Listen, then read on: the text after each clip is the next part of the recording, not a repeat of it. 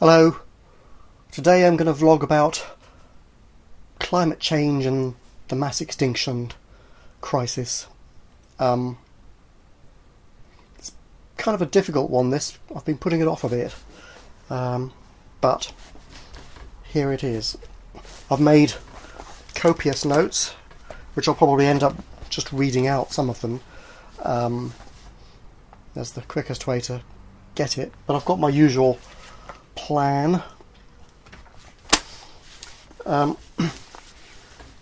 the idea of this video is to figure out what's the situation really, or at least to give you my conclusions about what the situation is and why. And well, I think it's going to be pretty hard hitting actually, so let's get on with it, shall we? The main issue with climate change online is that there are lots and lots of skeptics there, which is fine. I'll give you my position. I think climate change is A, real, and B, at least partly caused by human activity. I think the idea that we would have zero impact on it is not credible, but I think our impact is not small. Okay. That's my view. But it's quite right for people who don't agree to argue otherwise. And this is how science progresses. People come up with ideas, they look at the evidence, and then they argue about it.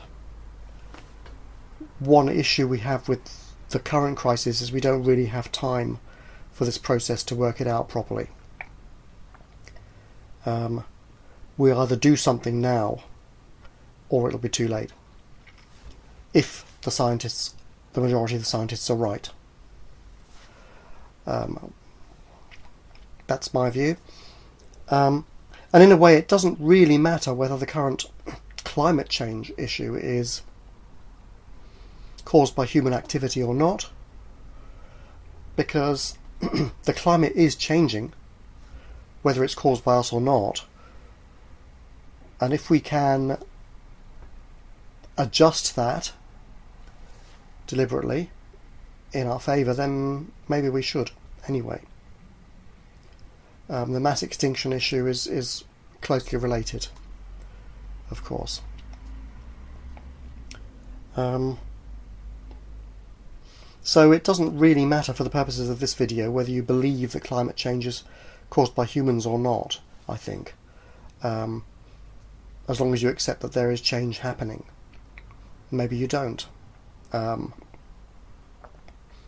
guess we'll talk about some of the reasons people do think that. So let's have a look at what's going on, or what appears to be going on, if the major institutions are correct and are telling the truth.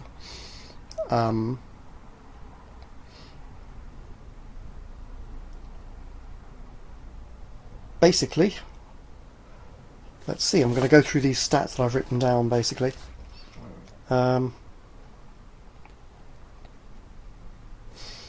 Essentially, temperature and sea level rises are greater than have been predicted by the IPCC, as far as I can understand it. Sea levels have risen by 8 centimetres since 1993, and I think by about 8 inches since 1900. 50%, half of all coral reefs, have died in the past 30 years. 1/3 of the Great Barrier Reef off Australia has died in the past 3 years. 17 of the 18 warmest years in the past 136 years have happened since 2001. Global temperature has risen on average 0.9 degrees Celsius, 1.6 Fahrenheit, since 1880. In the Arctic, though, it's risen by 3.5 centigrade since 1900. Because warming is going faster in the Arctic, it appears.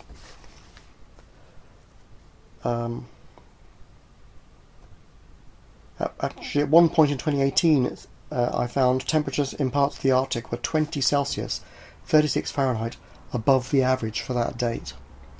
And this year we've had temperatures above 80 Fahrenheit in like the north of Norway and Alaska. I mean, these are crazy temperatures for those places, right? Very unusual. Arctic sea ice loss. We've lost over 2/3 of it since 1980. Now that needs to be qualified a bit. The sea ice melt back in the middle of summer has uncovered about 1/3 of the Arctic Ocean. We've lost about 1/3 in terms of the amount that melts back. But the other loss is because the sea ice is also thinner, because the water is warmer.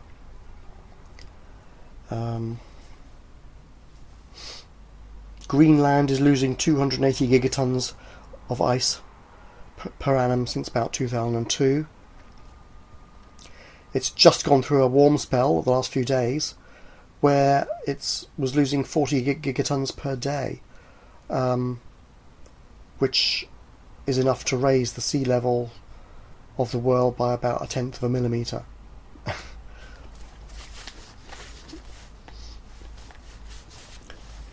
Global crop yields are down 1.2% per decade over the past 100 years, I read, but I don't know if that has been corrected for our use of herbicides and fertilisers, which has increased productivity,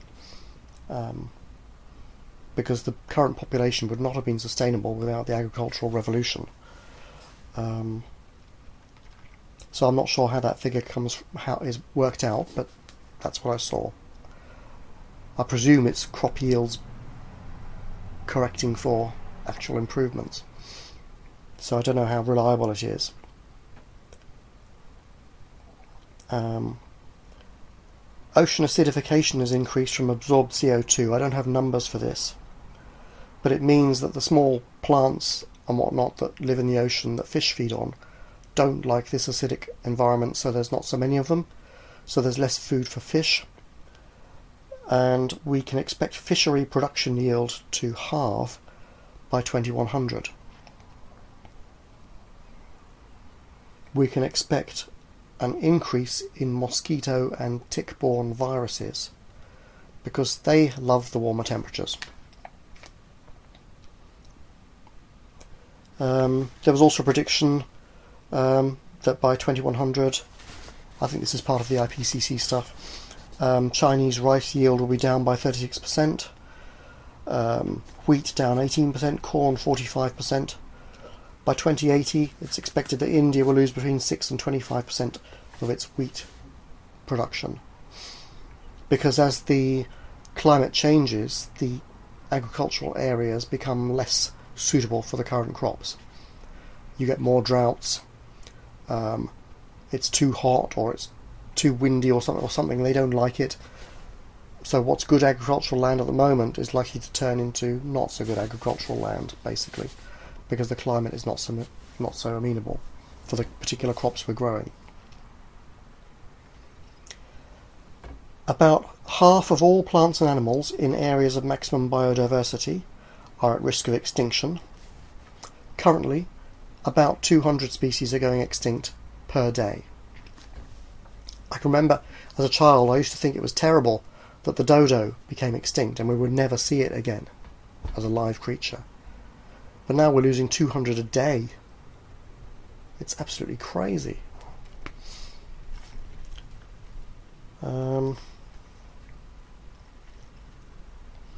That's the main stats that I'm interested in.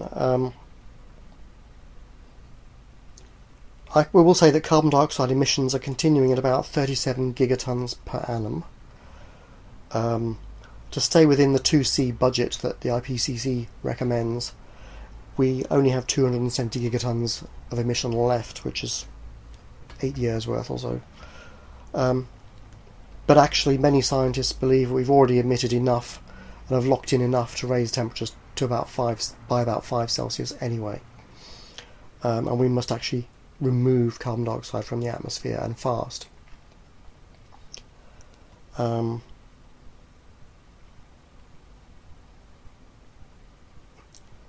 So, that is the situation, and that's more or less how I see it. Pretty bad.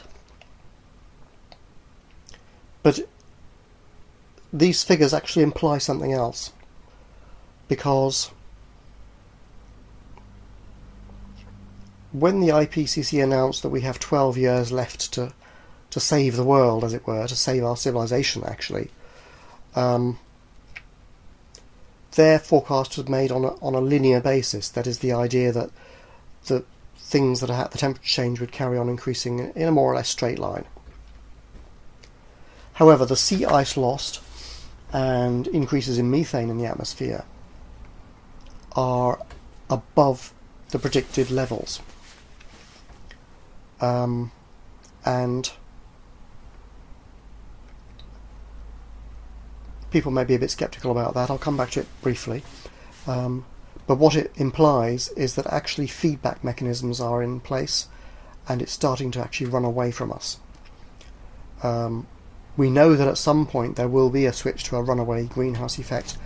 We don't think it will go as far as it has on the planet Venus and roast the planet, because it's probable that there are two stable temperature states on the Earth, one at about 15 Celsius as the average temperature, and one at about 25. So we'd probably race up to the 25 Celsius, a gain of 10 degrees. But that would be catastrophic for human civilization, due to the drastic reduction in agriculture, basically.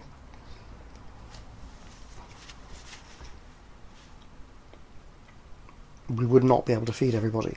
And even with 5 degrees or even 2 degrees, we'll be losing. Temperature at the moment has gained about 0.9 degrees, and we are losing productivity a little.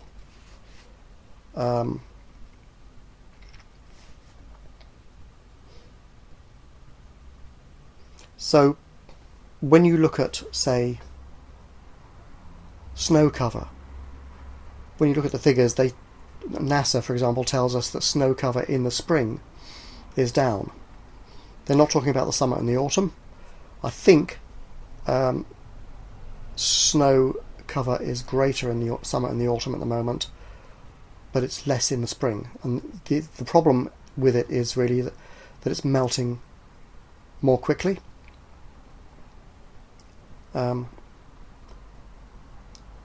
Is it summer and autumn? It must be autumn and winter, I suppose, greater snow cover. And yeah, it's melting more quickly in the spring, so there's more dark soil exposed to the sunlight for longer, so there's more warming. Even if there happens to be more snow in the winter, that's not going to have as much an effect as melting snow in the spring.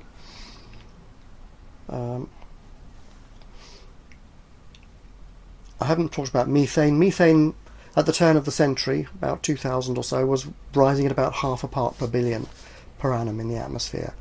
But currently it's rising at about 10 parts per billion. And this is not thought to be directly due to human activity, or cows burping, or whatever.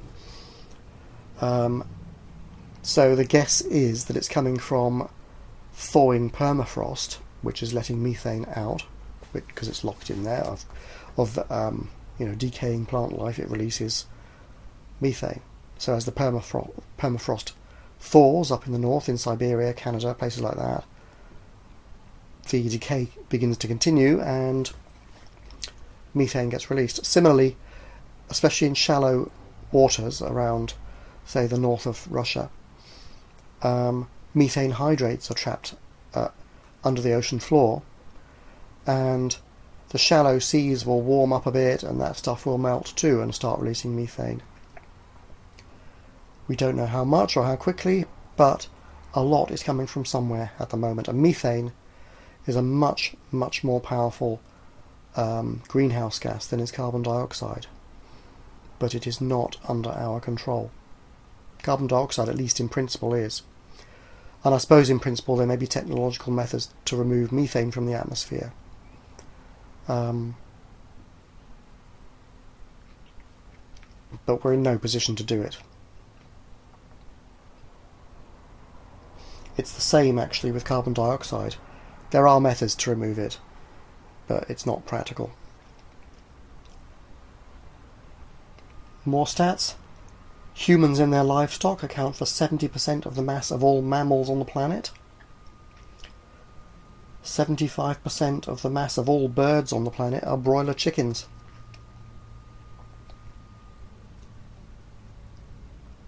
There is an insect apocalypse going on at the moment.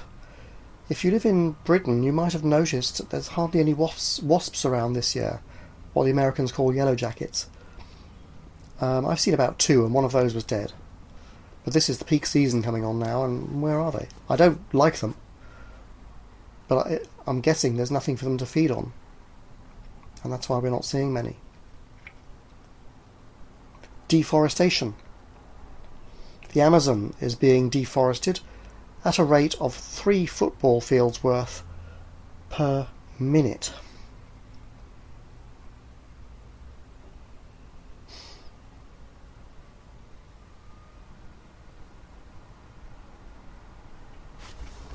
So let's talk about these feedback mechanisms, because they're what's crucial.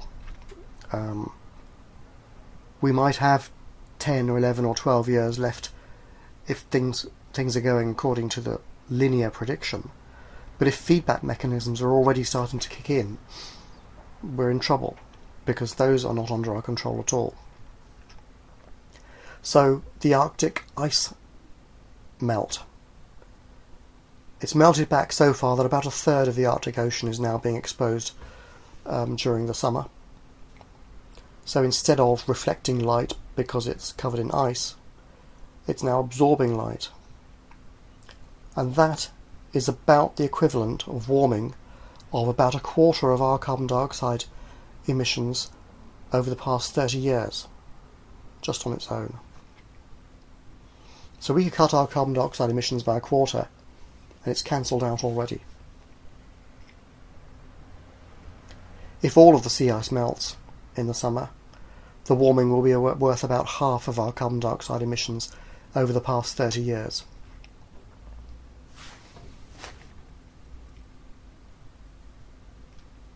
So we can cut our carbon emissions a lot, and it won't help.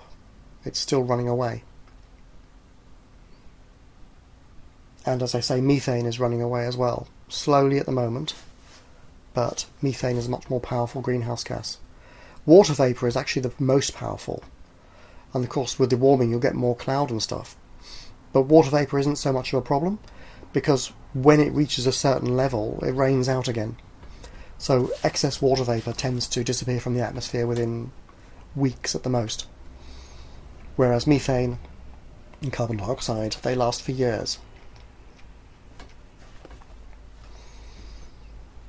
Now, I've seen skeptics argue that the carbon dioxide doesn't matter because it'll just result in more plant growth, which will suck the carbon dioxide out of the atmosphere. That's correct. At the moment, about half of our emissions would, under normal circumstances, stay in the atmosphere from one year to the next, and the rest would be absorbed by plants and geological processes and by the oceans. But it is known that plants are growing faster. They have responded to the extra carbon dioxide. They are producing more leaves, and so they're drawing out about an extra 10%, it's thought at the moment. So as a result, about 40% of our annual emissions of carbon dioxide are staying in the atmosphere from one year to the next, rather than 50%. So it's slightly better, but it's not good enough. But certainly the plants like the conditions, but not our food crops, sadly.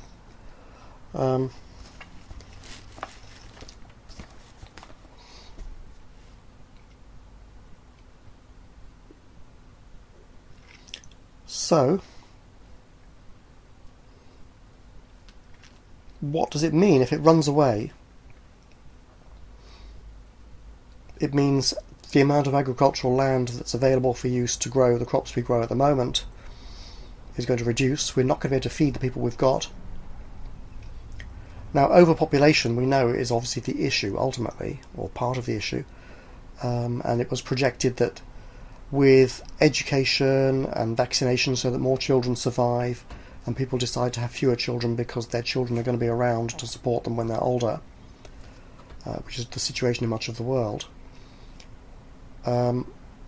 population would peak at about 11 billion and then gradually decline, as it has kind of done in, say, white Europe and North America, where the populations, because of good medical care, good education, relatively speaking, people are having far fewer children. People are having fewer children than needed to maintain the population, indeed.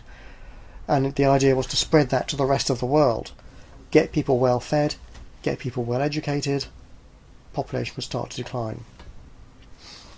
I think climate change is going to undercut that.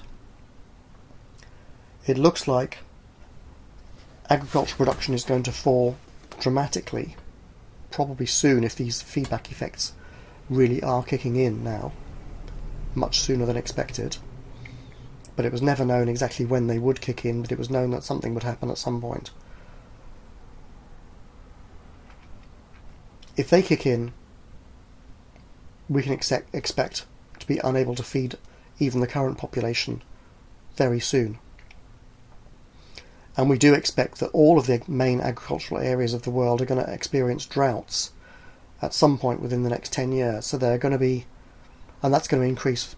So we're probably going to be getting multiple drought periods in various places of the world where we should be growing crops. And it's going to be difficult. And the fisheries, as I mentioned, we're overfishing already. Productivity is going to go down because the water is getting too acidic.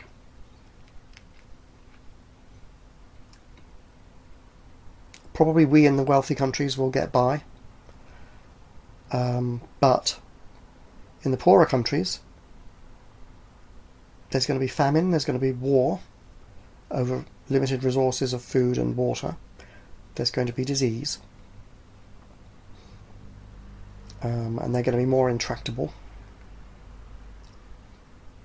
It's basically the four horsemen of the apocalypse, essentially. War, famine and disease, and more war, famine and disease, basically, is what they are. Because that's how humans react when things get difficult. Fundamentally, it's a value problem. People in the world fundamentally believe that violence works. And so when things are not going well, they riot, they have revolutions. And they put in a new government which also is the same as the old one because it still believes in those same values.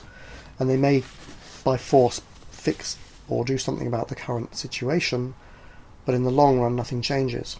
They're still using the same bad thinking tools to end up with worse results in the long run.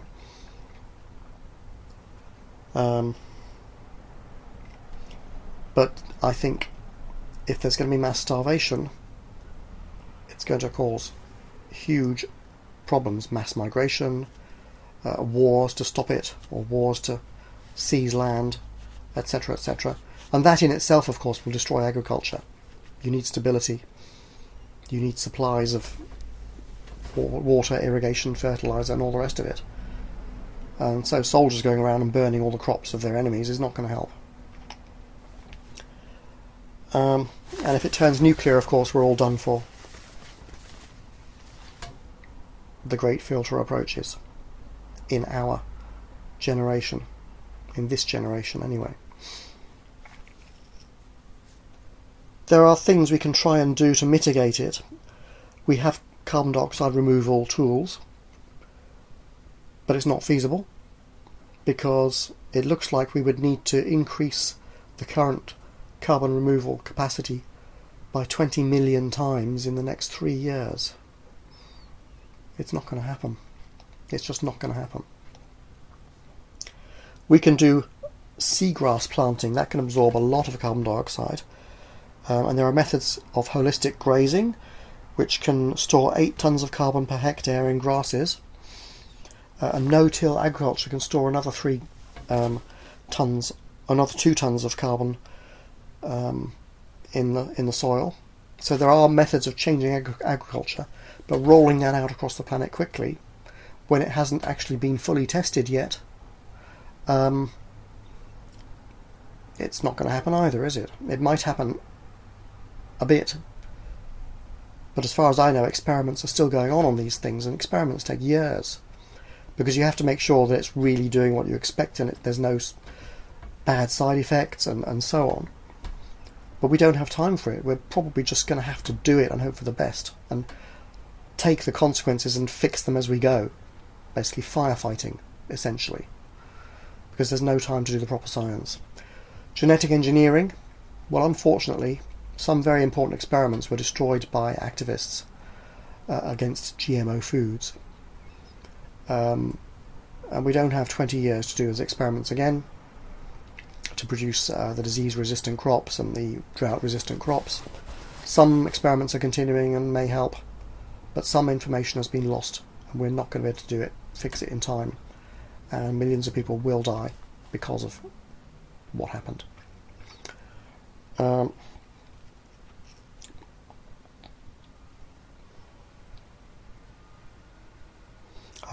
I'm looking at my notes here to see what else there is.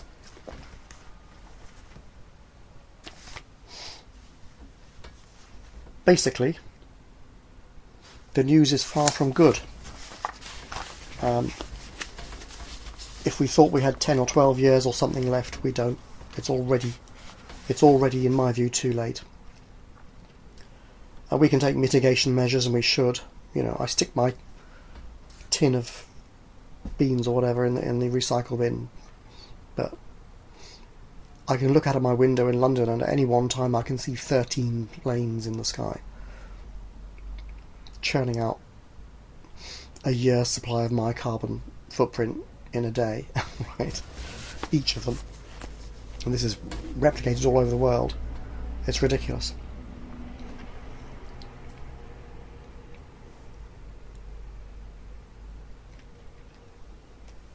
So,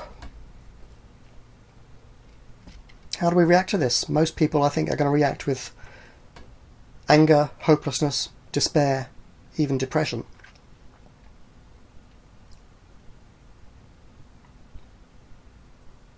That's actually a good thing. These states are states of recognition that you're losing something. Recognition that things are not how you hope they are. They bring you to realism. And rather than fight them, it's probably best to at least feel them and go through them a bit. One shouldn't go through depression without fighting it, probably. It's too severe. But just know that these are the feelings we get when, in a sense, we are losing something. We are going to lose our decent way of life in the West, possibly. We may lose our lives if it goes really bad. There are scientists who say that we are facing actual extinction very soon. I personally think we're a very, very adaptable and resilient species. We will probably survive. The ones who are in best position to survive, actually, are the Stone Age peoples of places like New Guinea and places like that, who know how to live off the land and who know what every plant does. Me, I live in a city. Most humans now live in cities. We're used to going to the supermarket. We have no idea how to grow our own food or how to find it. Well, we can read about it, study it a bit, but it's not the same. And if you find you and 7 billion other people are out running around looking for wildflowers to eat or something, it's not going to work because there's too many people. There's going to be a big cull. War, plague and famine. Interestingly, very interestingly actually, it's probably sheer coincidence, but there have been a lot of visions of the Virgin Mary over the past 100 years or so, starting with Fatima, and I think there's ones even going further back, in which she has warned people of a coming great chastisement if we didn't change our ways. Well, we haven't changed our ways.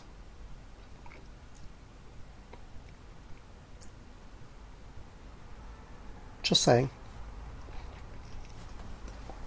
whatever you think of those kinds of things, the evidence that something happened at Fatima, which was extraordinary, is actually pretty good. There were scientists who witnessed it as well. So, but anyway, whatever the heck it was, there was the warning, and essentially we have not heeded it.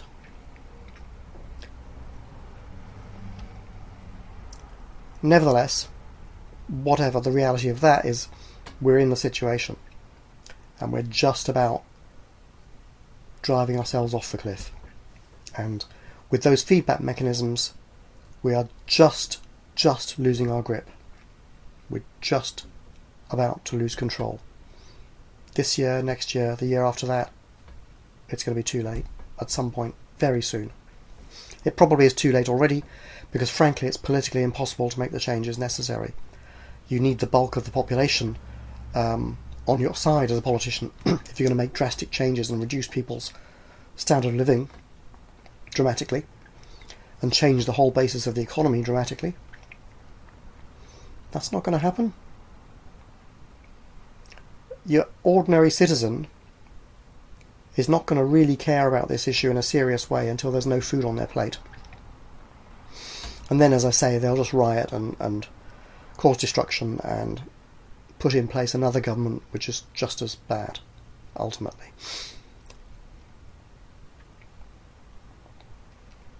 So, yeah, feel the despair, feel the disillusionment, feel the hopelessness.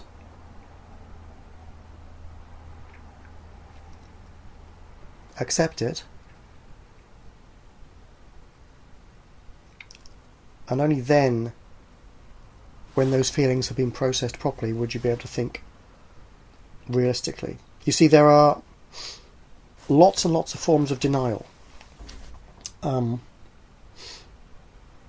My style of denial is to do minor things, but nothing too dramatic. So, okay, I stick my recyclable rubbish in the recycle bin. I make the occasional video about the subject. I'm not planning to fly anywhere anytime soon. I don't have a car, and I have no plans to get one.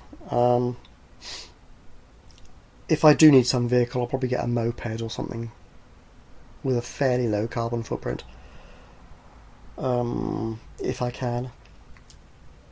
If I'm fit enough to do it, or something, you know. I'm getting on a bit after all.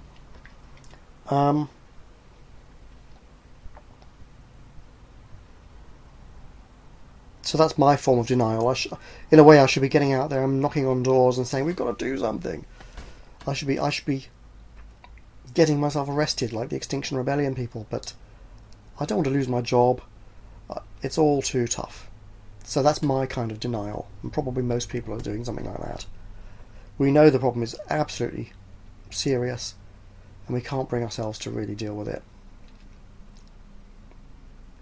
We can talk about it, and we do a little bit of action, but it requires, for me to take stronger action, it really requires the rest of society to be lining up behind me. My conditioning is too strong, I think. Other people will deny it altogether. People have a tendency to deny what threatens them, or what threatens whatever they get meaning from. If it threatens their family or their careers, or their contributions to society. I mean, there's lots of people working in environmental charities, for example, doing their bit to try and help, and it's really good. But when I look at the situation, I can see that actually it hasn't worked. I've always enjoyed nature programs on the TV, although I stopped watching them for a time because they were too pessimistic. Back in the 80s it was always, this species is wonderful but it's threatened with extinction. This environment is great but it's being deforested. And I'm thinking, well, what the hell can I do about it, you know? Why are you telling me this all the time? These programs are just making me miserable. I stopped watching them. They were not constructive, frankly. And they haven't worked. The propaganda has not worked.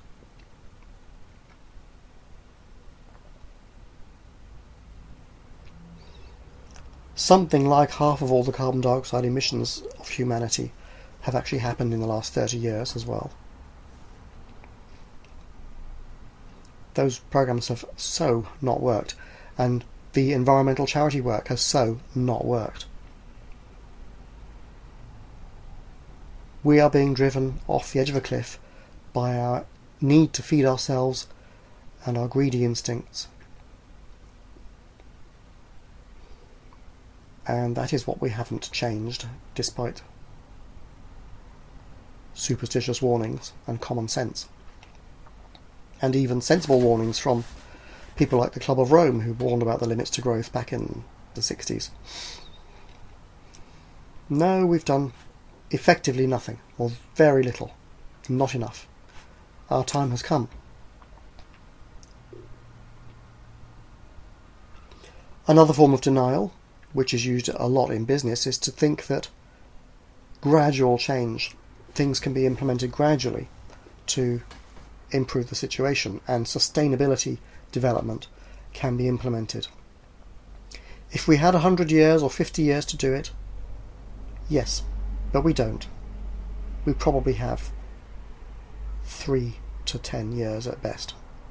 It's not going to happen. It's not going to be enough.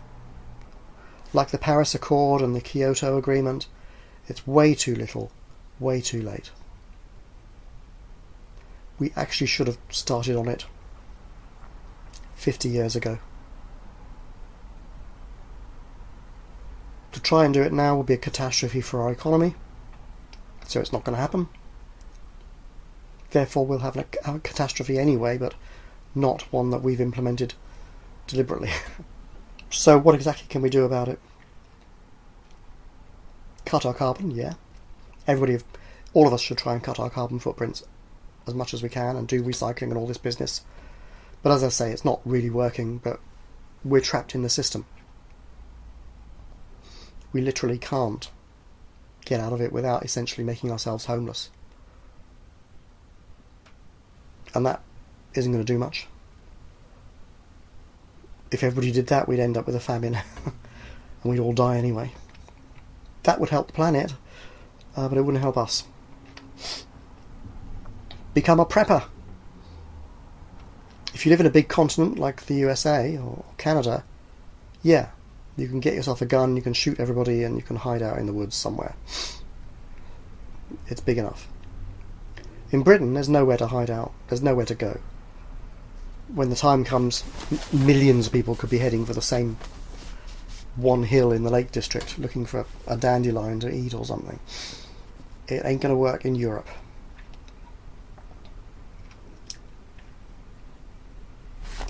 Can we withdraw support for the current system? To some extent, yes, we can. But it's probably also too little, too late, because most people are so brainwashed. They're not, as I say, they're not going to move until there's no food on their plate, or the threat of it. And the mainstream media, of course, doesn't talk about it much because their job in the system is to keep things under control, to keep people calm.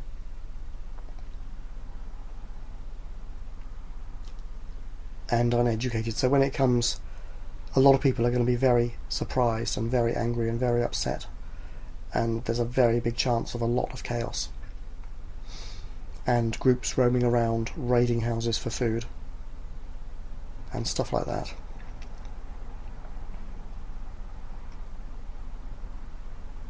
Should we just not worry about it and get on with our lives? Maybe. It's probably hopeless anyway.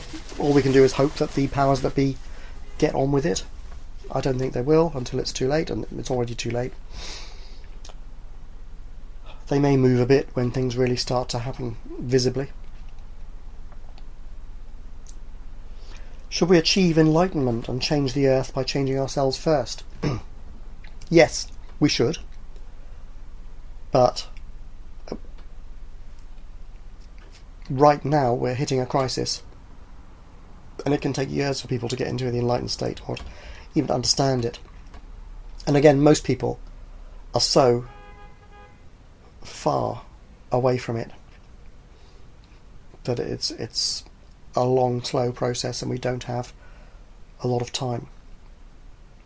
And society knows next to nothing about it. But if you can do it, do it. The butterfly effect may help a lot.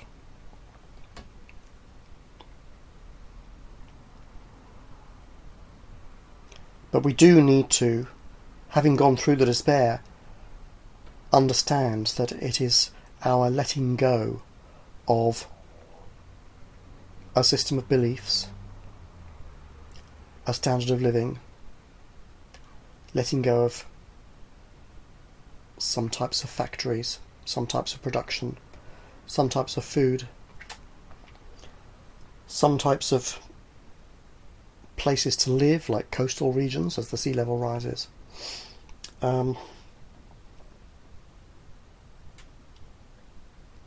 Letting go, for God's sake, of economic growth and development. For goodness sake, can we let go of that? Letting go of entitlement.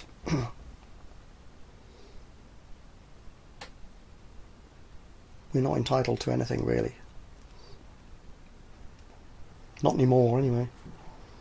We need to focus on what we really, really value, and we need to change our value systems. Now, this crisis has come very naturally from our perfectly natural and good desire to feed ourselves. But for the last many thousands of years, probably dating back to our Stone Age and pre-Stone Age ancestry, we've allowed the biggest brutes to run society, essentially.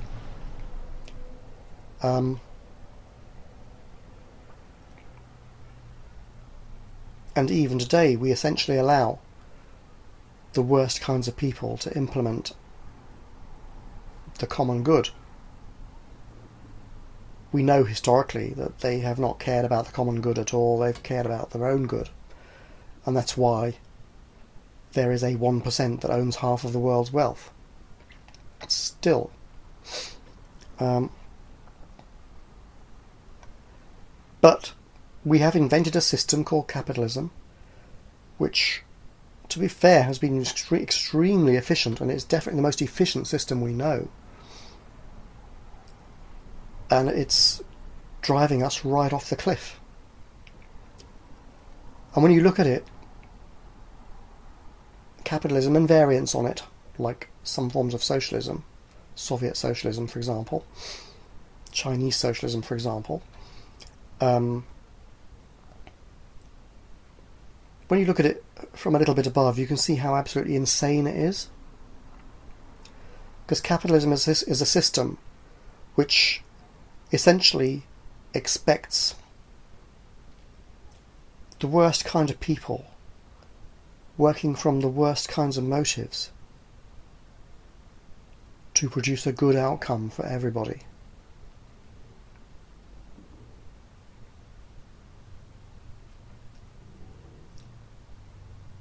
Isn't that crazy?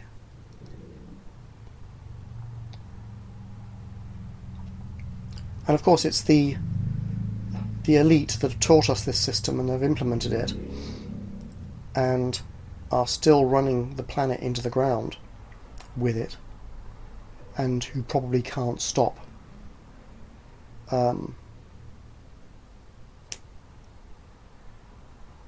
But this essentially stems from our value system as a species, where we are prepared to allow greed, the sin of greed, the mortal sin of greed even, to run our society. And lo and behold, the outcome is not good. Where are our higher values? Where is living in balance with nature? Capitalism was good because it did ensure that everybody could get fed. But in a society with sensible values, it would have been limited. It would have been under control, and not just allowed to let rip. But now we have rabid pro-capitalists all over the place telling us that the market is the only way. The market is the only way for the 1% to get even richer, other than outright theft. They'll use this sort of piracy instead. But it's not the only way for the rest of us. But it's too late now.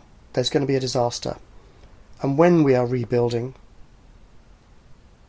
if we rebuild with the same values, we'll hit another crisis eventually, and we'll crash again, and we may not get through too many crashes before we work it out.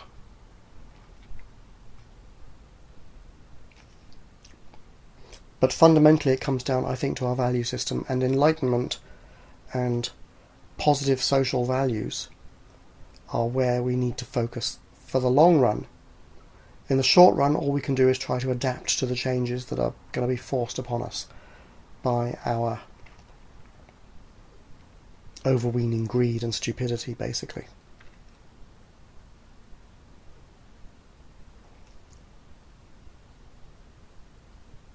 Have I missed anything out? I don't think so.